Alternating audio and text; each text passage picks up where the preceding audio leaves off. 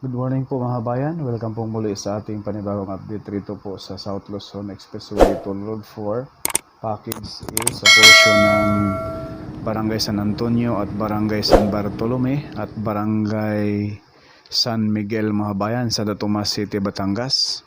Pakita ko rin po sa inyo mga kabayan yung ground shot dito po sa pangalawang bundok na kung saan ay inumpisahan na po ngayon ang paglatag ng concrete cement. Naway samahan niyo po si Porca Studio sa ating panibagong update rito po sa South Luzon Expressway Toll Road 4 Extension Package A. Let's go! Ito po yung mga bayan yung mismong mapa na kung saan ay malapit na po ito ang partial operation. Sana po ay matuloy ngayong December kung kayanin mga kabayan. Sana po matuloy dahil malaking tulong po ito sa mga biyahero papuntang Lucena, Bicol, Visayas, Mindanao.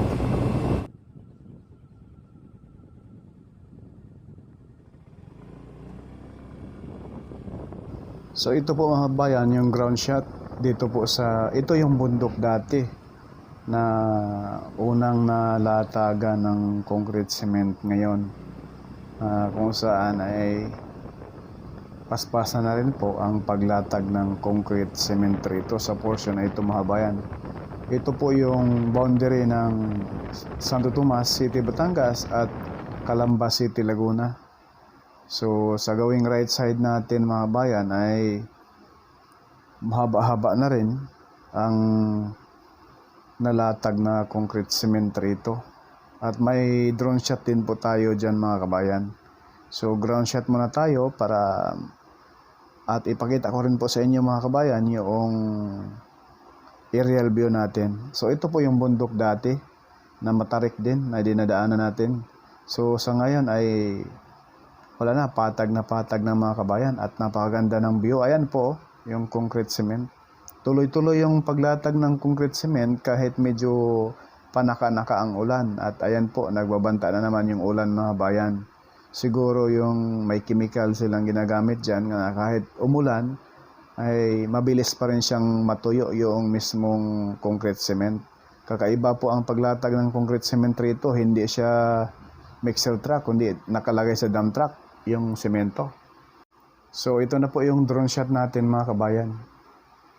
At napakagandang pagmasdan na ito po ay bago mag-August, baka itong package A ay kumpleto na po ang paglatag ng concrete cement dahil dito sa pangalawang bundok mga bayan, dito sa unang bundok ay yan na po yung nilatag nila.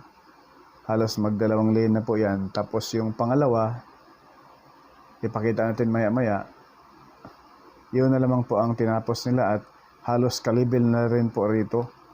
So, estimate ko po, sa akin lang po ito, baka matapos ngayong August, ito ay makumpleto na po paglatag ng concrete cement, itong dalawang bundok mga kabayan.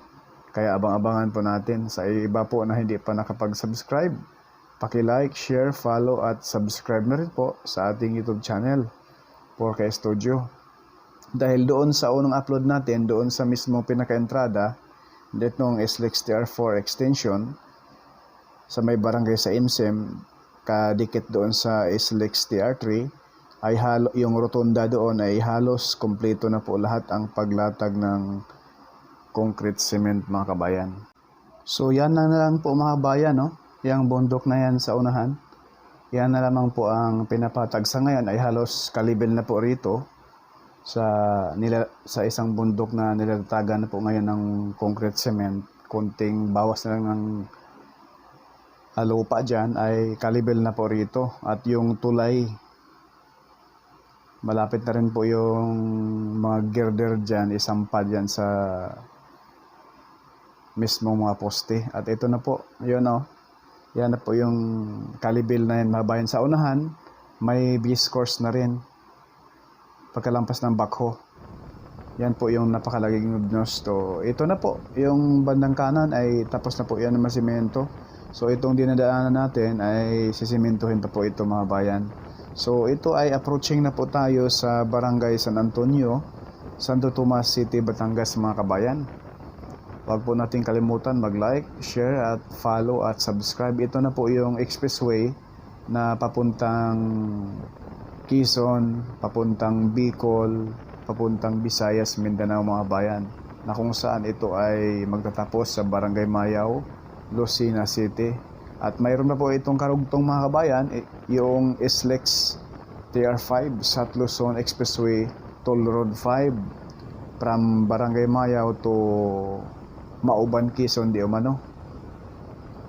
At kaabang-abang po yan dahil ngayong taon di umano ay uumpisahan yung phase 1 mula sa Lucena papuntang Mauban, Quezon, at hanggang Sorsogon di umano. Yan mga bayan yung SLEX Tier 5. At ang mag-finance pa rin ito pa rin San Miguel Corporation na may-ari itong SLEX South Luzon Expressway.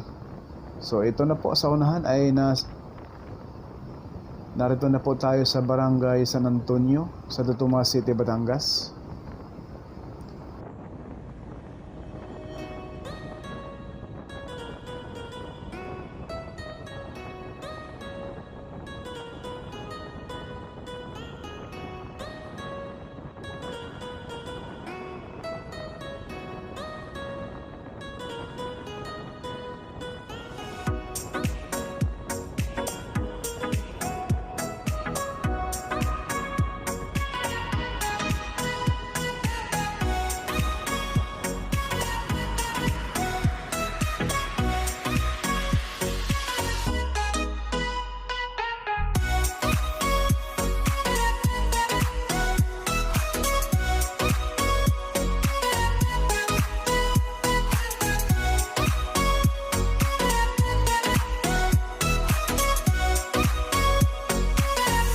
At ito po mga bayan ay naka-ready na po ito sa pag-install ng barrier dyan sa right side natin. Magkabilaan po yan mga bayan. Hanggang ano na po yan, pati rin po sa bandang San Pablo ay mayroon na rin pong ganito, no? So dito sa portion na ito, bago magtulay ng San Antonio ay mga 50 meters, no, ang hindi pa nalatagan. Ito po dahil dito po sa ilalim na yan sa unahan yan po yung concrete box culvert ay barangay road po iyan, papasok dito sa bandang kaliwa na kung saan may mga condominium dyan mga bayan sa paanan nitong Makiling. May nagsabi na itong Makiling ay protected area di umano, pero nagsulputan dyan ngayon mga bayan yung mga condominium, mga housing, no? So ito po yung sinabi ko dati, no, na bridge. Pero may nagsabi sa atin na posible dito di umano ang toll gate dito sa package A, dito sa may Santo Tomas Interchange mga bayan. So abang-abangan po natin dahil dito sa portion na ito napakalapad, sobrang lapad po rito mga bayan. At alam nyo ba, dito sa Santo Tomas, ang talagang napakayaman din po itong probinsya na ito mga bayan dahil grabe yung mga factory rito. At yung mismong mga foreign factory dito mga bayan sa Santo Tomas City, Batangas. So approaching na po tayo sa kabilang side mga bayan na kung saan magkakaroon rin po rito ng malaki-laking trabaho rin po. Pero dito ay nakalibel na po ito mga bayan. So ito po yung concrete box culvert na sinasabi ko. Sa ilalim po rito ang daanan ng mga papasok dyan sa taas, no? May mga bahay din po dyan sa paanan ng Mount Makiling. Ito mga bayan ay paanan na po ito ng Mount Makiling mga kabayan. So ito yung concrete box culvert. Yung kaganina pinakita natin, yun po yung tulay na ginagawa roon. At palampasin muna natin itong dambuhalang dump truck. At dyan sa unahan ay ipakita natin Posible dyan sa baba mga kabayan ay tatambakan lamang ng lupa dyan. Ang inuuna nila sa paggawa dyan mga kabayan sa ngayon, yung mismong daluyan ng tubig. Posibleng hindi abutin ng August dito sa portion na ito ay simentado na rin po. Dahil wala nang right of way issue. Dahil dyan sa unahan, yan po yung isang subdivision na talagang napakaraming unit na bahay ang wasak.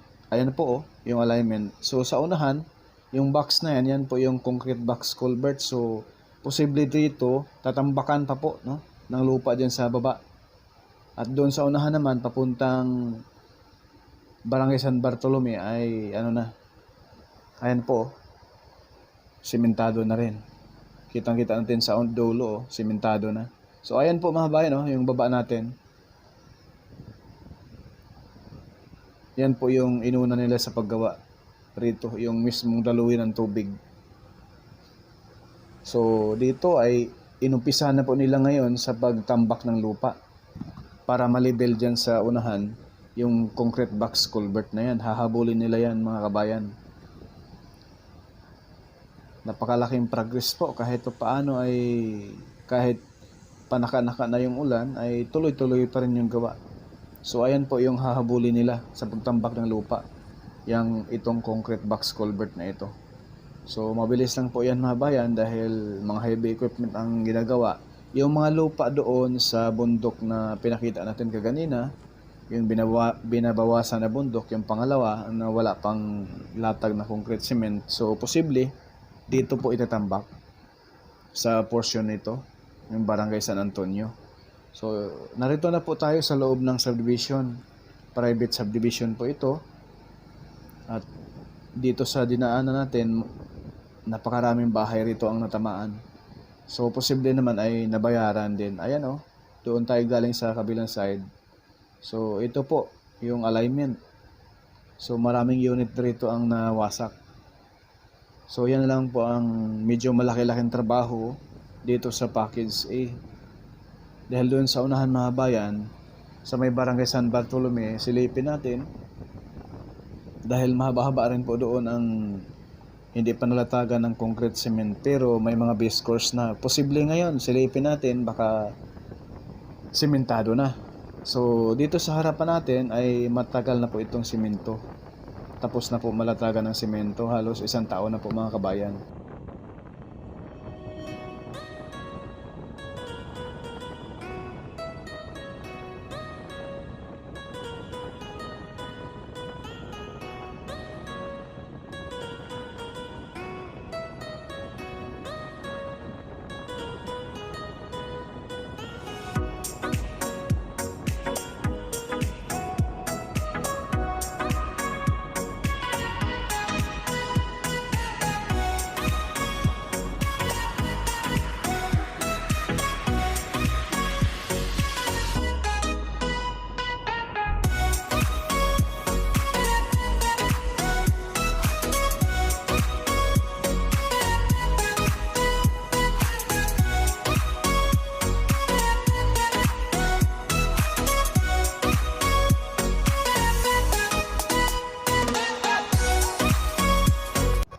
Yan sa harapan natin mga bayan, napakalaking good news mula Barangay San Antonio bago mag Barangay San Bartolome. Yang sa harap natin ay matagal na po yan nalatagan ng base course. So sa ngayon lamang po nila nalatagan ng concrete cement. Ang laki ng good news yan mga bayan. So sobrang haba na po ang nalatag na konkretong semento dito po sa package A.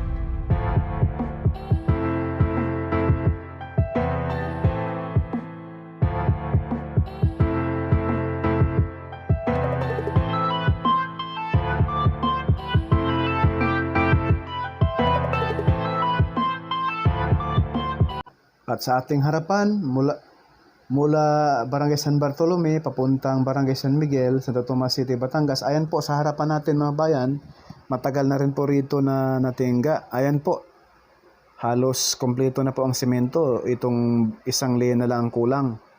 Napakalaking progress po nito mga bayan. Last update natin rito ay wala pang latag po rito mga bayan. Matagal pong nakatingga po itong base course rito. So sa ngayon, sa wakas ay halos kompleto na. So asahan natin sa next update natin, dito po ay kompleto na po ito sa paglatag ng concrete cement.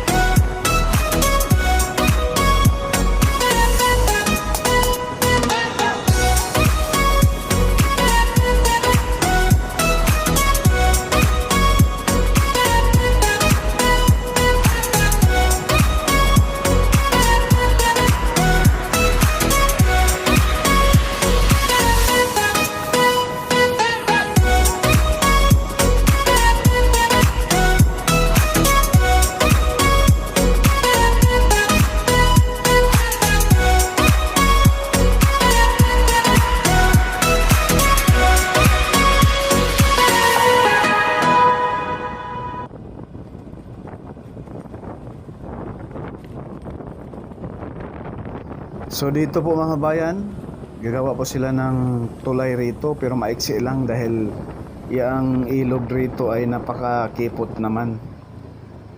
Sobrang kipot naman ang ilog rito pero malalim yan mga bayan, yung ilog rito. So gagawa pa rin sila ng bridge dyan. At pagka ahon natin rito, ito na po yung sakop sa Barangay San Vicente, Santo Tomas City, Batangas. So diyan sa unahan, gagawa sila rito ng concrete box culvert para po sa Barangay Road ng Barangay San Vicente, Santo Tomas City, Batangas. So dito lang muna tayo mga bayan sa ating update, no?